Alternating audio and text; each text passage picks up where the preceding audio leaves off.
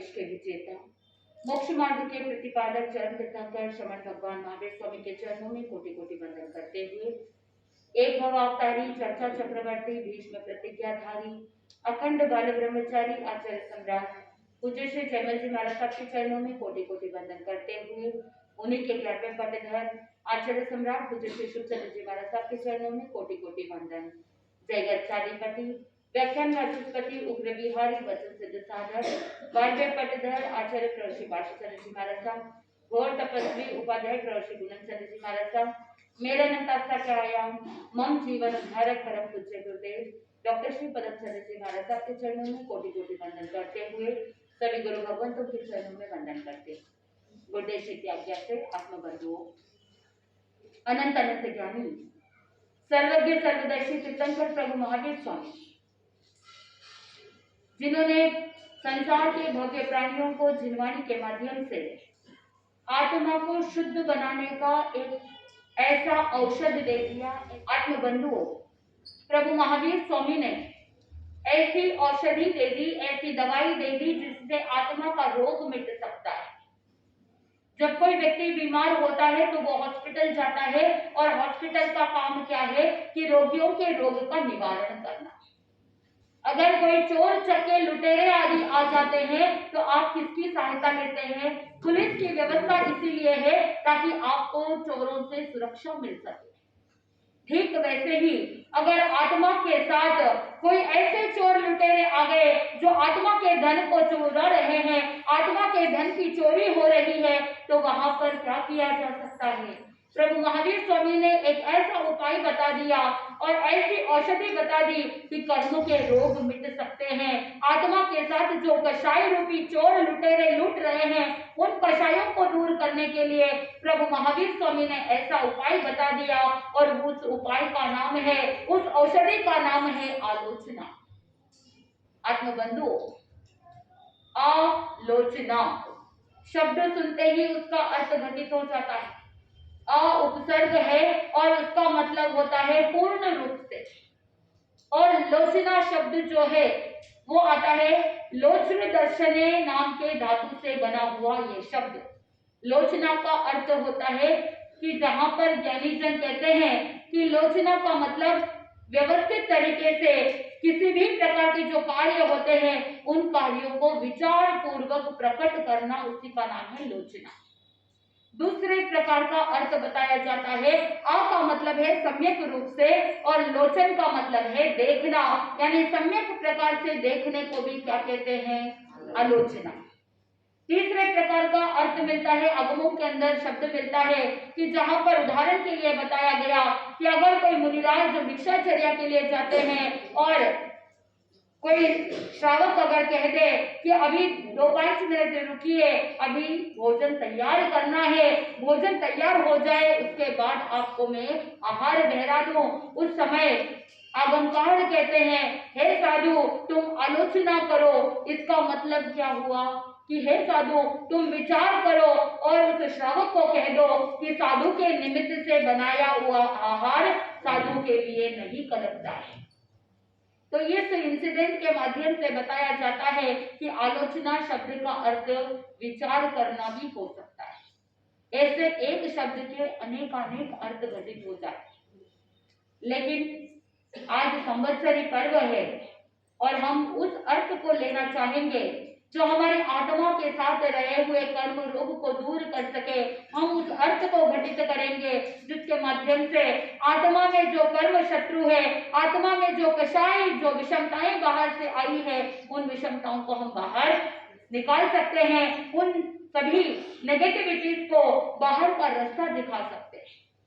आत्मबंधुओं, आलोचना का मतलब है कि मोह कर्म के उदय से जो ये जीव अकृत्य कार्य कर देता है, उन अकृत्य कार्यों से भाव शुद्धि प्राप्त करने के लिए मर्यादा पूर्वक प्रकट करना, उसी का नाम क्या है? आलोचना। बहुत व्यवस्थित तरीके से समझना। पहले भगवान ने बता दिया मोह कर्म के उदय से। कोई भी व्यक्ति कोई भी कार्य करता है तो वहां पर पीछे बैकग्राउंड के अंदर या तो राग होगा या द्वेष होगा। तो राग और द्वेष कौन से कर्म की परिणति है? मोह कर्म की परिणतियां है कि जहां पर कषाय है, जहां पर राग द्वेष है, तो वहां पर मोह कर्म का बड़ा रोल है। तो इसीलिए भगवान ने कहा मोह कर्म के उदय से ये जीव ऐसे कार्य कर देता है जो करने योग्य नहीं है, अकृत्य कार्य। कृत्य दो प्रकार के, सत्कृत्य और दुष्कृत्य। यानी कुछ ऐसे कृत्य होते हैं जो करने योग्य है, तो सत्कृत्य तो सत्कृत्य ही होते हैं, उनमें कोई मीन मेख नहीं। उसके लिए किसी ने ये नहीं कहा कि सत्कृत्य को प्रकट कर देना। कोई अच्छा कार्य करता है तो उसे गुरु के समक्ष प्रकट करने के लिए बोलते हैं क्या? वो सत्कार्य है, उसमें कोई मीन मेख नहीं, लेकिन जहां पर गिरने का भय होता है वहीं पर सावधानी रखी जाती है। अगर किसी के मन में ऐसा भय है कि मैं यहाँ गिर जाऊंगा, तो वहां पर क्या करेंगे? सावधानी पूर्वक चलेंगे कि मुझे यहाँ पर थोड़ी सी एक्स्ट्रा सावधानी बरतनी है, नहीं तो मैं गिर जाऊंगा। ठीक उसी प्रकार ज्ञानी जन ने कहा कि जो अकृत्य होते हैं, जो ऐसे कार्य होते हैं, जो दुष्कृत्य होते हैं, जो करने योग्य नहीं, ऐसे कार्य मोह कर्म के कारण से जीव कर लेता है, गलती कर देता है, त्रुटि हो जाती है, मिस्टेक हो जाती है, गलती से भी मिस्टेक हो जाती है। किसी बहुत बड़े इंग्लिश के फिलोसोफर ने कहा कि if it is done once it is a mistake. पहली बार जो गलत किया जाता है उसे क्या कहते हैं? Mistake. First time when it is done it is a mistake, when it is repeated again and again it is ignorance. कहने का आशय यही है कि पहली बार अगर कोई अनजाने में कर देता है तो उसे गलती कहा जाता है, और अगर कोई व्यक्ति उसी में मजा ढूंढता है और बार बार उसी गलती को दोहराता है तो उसे क्या कहा जाता है? वो उसकी अज्ञानता है। आज संवत्सरी पर्व के दिन आप आलोचना करते हैं, पापों को देखते हैं, मेरे द्वारा इस पूरे वर्ष में कौन सी गलतियां हुई है, कौन सी त्रुटियां हुई है, और उन्हें देख करके उसका क्या करेंगे? आलोचना करके, निंदा करके, गढ़ा करके, प्रतिक्रमण करके अपने आप को शुद्ध करने का प्रयास करेंगे और मिच्छामी दुक्कडम देंगे। एक गांव के अंदर एक महिला थी और वो बहुत संस्कारी महिला अपने पुत्र को शिक्षा देती है कि बेटा कभी कोई गलती हो जाए तो क्या कर देना? मिच्छामी दुक्कडम दे देना। अंग्रेज चले गए और दो शब्द छोड़ गए, सॉरी एंड थैंक यू। अगर गलती हो जाए तो सॉरी बोल देना, और अगर किसी ने हेल्प कर दी तो थैंक यू बोल देना। और इधर जैन दर्शन के अंदर क्या कहा जाता है कि बेटा अगर कोई गलती कर देवे, अगर कोई गलती हो जाए तो क्या बोल देना? मिच्छामी दुक्कडम। बेटे के मन में बात फीड हो गई। इधर बाजार के अंदर गया, एक बुढ़िया बहुत सारी मटकियां बेच रही थी, और उन मटकों को महिलाएं आती और जोर जोर से ठोक ठोक करके चेक करती कि कौन से अच्छे हैं और कौन सा मटका सही है। अब जैसे ही वो महिलाएं मटके को ठोक ठोक करके आवाज करती, उस बच्चे को वो आवाज पसंद आई, टन आवाज आती है, उसे मजा आ रहा था। इधर देखा वो बच्चा कंचा खेलने के लिए जा रहा था। पुराने जमाने के अंदर आप जब छोटे थे तो वो मार्बल्स खेलते थे, कंचे खेलते थे। अब वो छोटा सा बच्चा वो मार्बल्स लेकर के, कंचा लेकर के वहां पर खेल रहा था, और अचानक से उसे मटकी के ठोकने की आवाज अच्छी लगने लगी। इधर जैसे ही बुढ़िया उन महिलाओं को मटका दिखाने में बिजी होती है, तो यहाँ से वो एक मार्बल लेता है और मटके के ऊपर जोर से निशाना लगाता है, टन आवाज आती है, मटका चूर चूर। इधर बुढ़िया ने देखा कि मेरा मटका टूट गया है, किसने तोड़ा? और उसी समय उसकी नजर पड़ती है उस बच्चे के ऊपर, वो हाथ में कंचा लेकर के खेल रहा है। पता चल गया कि इसी ने मेरे मटके को फोड़ा है। और वो बच्चा, उसको माँ की बात याद आ गई कि माँ ने कहा था कि गलती हो जाए तो मिच्छामी दुक्कडम दे दे। वो छोटा सा बालक बोलता है मिच्छामी दुक्कडम। और जैसे ही बुढ़िया ने कहा कोई बात नहीं, अगली बार ध्यान रखना, यहाँ से चले जाओ। लेकिन उसे तो मजा आ रहा था, मटकी की जो आवाज आ रही थी बहुत अच्छी लग रही थी। दूसरी तरफ बुढ़िया वापस अपने व्यापार में बिजी कस्टमर्स को मटका दिखा रही है और दूसरा कंचा लिया और जोर से मटके पर निशाना लगा दिया।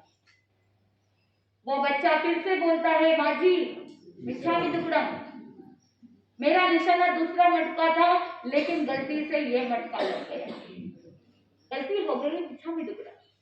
एक बार, दो बार, तीन बार, ऐसे करते करते अनेकों बार मिच्छामि दुक्कडम के ऊपर मिच्छामि दुक्कडम दे रहा है, गलती के ऊपर गलती कर रहा है। लेकिन उस बच्चे को ये रियलाइज नहीं हो रहा है कि सॉरी का मतलब है वापस रिपीट नहीं करना। मिस्टेक को बार बार अगर रिपीट करते हैं तो उसे मिस्टेक नहीं कहते, उसे गलती नहीं कहते, उसे अज्ञानता कहते हैं। अब आप बता दीजिए कि आपने अपने बच्चों को तो सिखा दिया कि बेटा गलती होती है तो मिच्छामि दुक्कडम दे देना, प्रतिक्रमण करते हो, पाठ समझ में आए या नहीं आए, लेकिन पहले से ही इंस्ट्रक्शन दिया जाता है कि जिस समय मिच्छामि दुक्कडम देवे तो सभी को क्या करना है, एक साथ जोर से मिच्छामि दुक्कडम देना है और आप दे भी दोगे।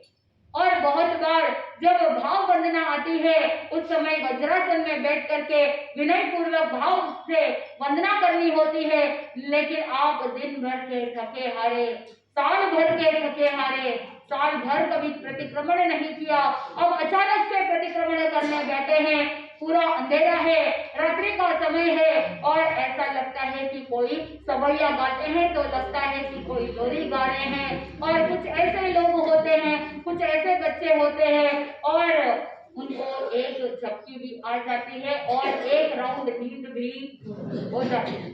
फिर जब भाव वंदना कंप्लीट हो जाती है उसके बाद जब आगे की पार्टियां आती है और जब मिच्छामि दुक्कडम आता है और पूरी सभा जो भी प्रतिक्रमण करने बैठे हैं सब जोर से मिच्छामि दुक्कडम देते हैं, तब उसकी नींद खुलती, अरे अरे ये क्या हो गया, और फिर वो भी जोर से मिच्छामि दुक्कडम देने लगता है। आत्मबंधु, क्या इससे आत्मा क्लीन हो सकती है? क्या इस तरह से आत्मा शुद्ध बन पाएगी? ज्ञानी जन ने कहा कि आत्मा को देखना है, स्वयं का अवलोकन करना है कि साल भर में जो भी त्रुटियां हुई है, साल भर में ऐसे कार्य जो करना नहीं था लेकिन फिर भी मोह कर्म के कारण से कर दिया, कभी गाली गलौज कर दी, कभी इस तरह से कषाय का वेग आ गया कि एक दूसरे के प्रति मन मुटाव हो गया है, बोलचाल बंद हो गई है, तो आज के दिन क्या करो, उन सभी कषायों को दूर कर दो। जो अनंतानुबंधी कषाय है उसे साल भर तक लंबा नहीं चलाओ। अब अगर साल भर भी अगर चला लिया है तो अब तो क्या कर जाओ, अब तो रुक जाओ, उस कषाय को और लंबा मत खींचो, क्योंकि अगर और लंबा खींचा तो सम्मित वो आया हुआ भी क्या हो जाएगा, चला जाएगा। इसीलिए ज्ञानी जन ने कहा कि आज के दिन आलोचना करो, सम्यक प्रकार से देखो कि साल भर में कौन से दोष लगे हैं, कौन सी गलतियां हुई है और मेरी गलती के कारण से दूसरों को कौन सा कष्ट पहुंचा है, ये सभी प्रकार से क्या करना होगा, आलोचना करनी होगी। क्योंकि ज्ञानी जन कहते हैं अगर कोई व्यक्ति बीमार होता है तो उसका रोग निवारण होता ही होता है, लेकिन साथ में दूसरे लोगों का भी रोग निवारण हो जाता है। ठीक उसी प्रकार अगर कोई व्यक्ति आलोचना करता है तो स्वयं की आत्मा शुद्ध तो होती ही है, साथ में अन्य दूसरी आत्माएं भी क्या हो जाती है, शुद्ध हो जाती है। एक गांव के अंदर एक सेठ जी, और सेठ जी का पुत्र बहुत ज्यादा बीमार हो गया, इतना ज्यादा रोगी हो गया कि वहां पर वैद्य जी को बुला रहे हैं, उपचार करा रहे हैं और उपचार कराते करते आखिर में वैद्य जी ने कह दिया कि इसका इलाज हो सकता है, लेकिन ये रोग बहुत भयंकर है, इसके इलाज के लिए करोड़ों वनस्पतियां लगेगी, करोड़ों की दवाइयां लगेगी, बहुत सारी दवाइयां लेगा तब जाकर के ठीक हो सकता है। उस समय सेठ जी ने वैद्य जी को पूछा कि आप बोल रहे हैं कि करोड़ों दवाइयां लगेगी तो इसका मूल्य भी करोड़ों में ही जाएगा। तो वैद्य जी ने कहा कि जब करोड़ों दवाइयां लगेगी तो मूल्य भी करोड़ों का होगा, लेकिन सेठ जी, सोचने की बात है कि अगर आपका एक बेटा ठीक होता है तो ये जो दवाई जो अमूल्य है, इस दवाई के तैयार करने के कारण से जैसे आपका बेटा जिस रोग से ग्रस्त है, ऐसे अनेकों लोग हैं जो इस रोग से ग्रस्त है, तो उनको भी क्या मिलेगी? दवाई मिल जाएगी, उनको भी औषधि मिल जाएगी, वो सभी लोग भी रोग से मुक्त हो सकते हैं। सेठ जी अपनी तिजोरी खोलते हैं, करोड़ों का धन निकालते हैं, सारी दवाइयां जो अमूल्य अमूल्य वस्तुओं से जो दवाई तैयार करने वाली थी, वो सारी दवाइयां तैयार हो जाती है। दवाई तैयार होने के बाद उस सेठ जी के पुत्र को दवाई देने पर रोग ठीक हो जाता है। फिर सेठ जी ने देखा कि मेरा बेटा ठीक हो गया। अब पूरे नगर के अंदर ऐलान कर दिया, घोषणा कर दी कि मेरा पुत्र इस रोग से ठीक हो गया है। अगर इसी रोग से कोई दूसरे भी कोई ग्रस्त हो तो वो मेरे पास आओ, मेरे पास दवाई है, मेरे पास औषधि है, तुम क्या कर सकते हो, ठीक हो सकते हो। और ऐसे सैकड़ों लोगों को सेठ जी ने क्या किया? दवाई दे करके रोग मुक्त कर दिया। ठीक उसी प्रकार प्रभु महावीर स्वामी भी आपको जिनवाणी के माध्यम से कह रहे हैं कि तुम्हारे पास कर्म रोग से मुक्त होने के लिए एक औषधि है, उस औषधि को ग्रहण करोगे तो रोग मुक्त हो जाओगे। अब ठीक होना है या नहीं होना है, किसके ऊपर? इसके ऊपर, आपके ऊपर है। जीवन के अंदर बहुत से कर्म के कारण से अनेक परिस्थितियां आ रही है। दूसरों को ब्लेम करने की आवश्यकता नहीं, दूसरों के ऊपर दोषारोपण करने की आवश्यकता नहीं। अपने ही कर्मों को ठीक कर लीजिए, अपने ही कर्मों को देख लीजिए, अपने ही दोषों को देख लीजिए, तो आपकी आत्मा ठीक हो सकती है, आपकी आत्मा शुद्ध और मुक्त हो सकती है। तो सूर्य का प्रकाश है, सूर्य के प्रकाश में दिख रहा है, एक तरफ सांप है और दूसरी तरफ फूल की माला है। लेकिन अगर कोई अज्ञानी व्यक्ति सांप को हाथ में लेकर के ये कह दे ये तो फूलों की माला ही है, तो फिर सूर्य का क्या दोष है? ठीक उसी प्रकार आगम तो आपको कह रहे हैं कि कर्म से मुक्त कैसे होना, मोक्ष की मंजिल को कैसे प्राप्त करना।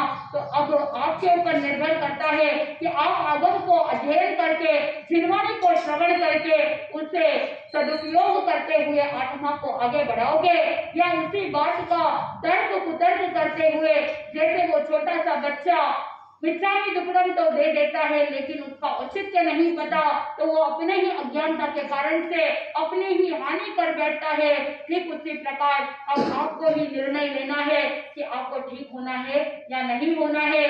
बाहर के रोग से तो दवाई से मुक्त हो सकते हो, लेकिन अनादिकाल से इस आत्मा के साथ जो कर्म रोग लगे हैं उससे दूर होने का एकमात्र औषध है, वो है आलोचना। गुरु के समक्ष आलोचना की जाती है। एक बच्चे के समान रिक्वायरमेंट क्या है, कैसे करनी आलोचना? जब व्यक्ति आलोचना करता है तो सबसे पहली रिक्वायरमेंट है कि कोई भी प्रकार का कपट नहीं होना, और दूसरी बात बता दी कि किसी भी प्रकार का कोई भी संकोच नहीं होना, और तीसरी बात बता दी कि किसी भी प्रकार की न्यूनलिकता नहीं होनी चाहिए, किसी भी प्रकार का अंतर नहीं होना चाहिए। जैसी बात हुई उसी प्रकार हूबहू वैसे के वैसे गुरु के समक्ष क्या कर देना, प्रकट कर देना। और जब सरलता के साथ, विनम्रता के साथ बालक के समान व्यक्ति प्रकट करता है अपने पापों को, तो वो आलोचना के माध्यम से अपनी आत्मा को शुद्ध कर सकता है। तो आप इस संवत्सरी महापर्व के दिन अपनी आत्मा को शुद्ध करने का लक्ष्य रखें। अपने आत्मा के साथ जो त्रुटियां हुई है, आत्मा के साथ जो कर्म लगे हैं, उनसे मुक्त होने के लिए निरंतर प्रतिक्रमण करें, प्रायश्चित करें, पश्चाताप करें और साथ में आलोचना करेंगे, तो इस भाव पर भाव आनंद की प्राप्ति होगी। इसी मंगल भावना के साथ आनंद ही आनंद बोले श्री जैन धर्म की।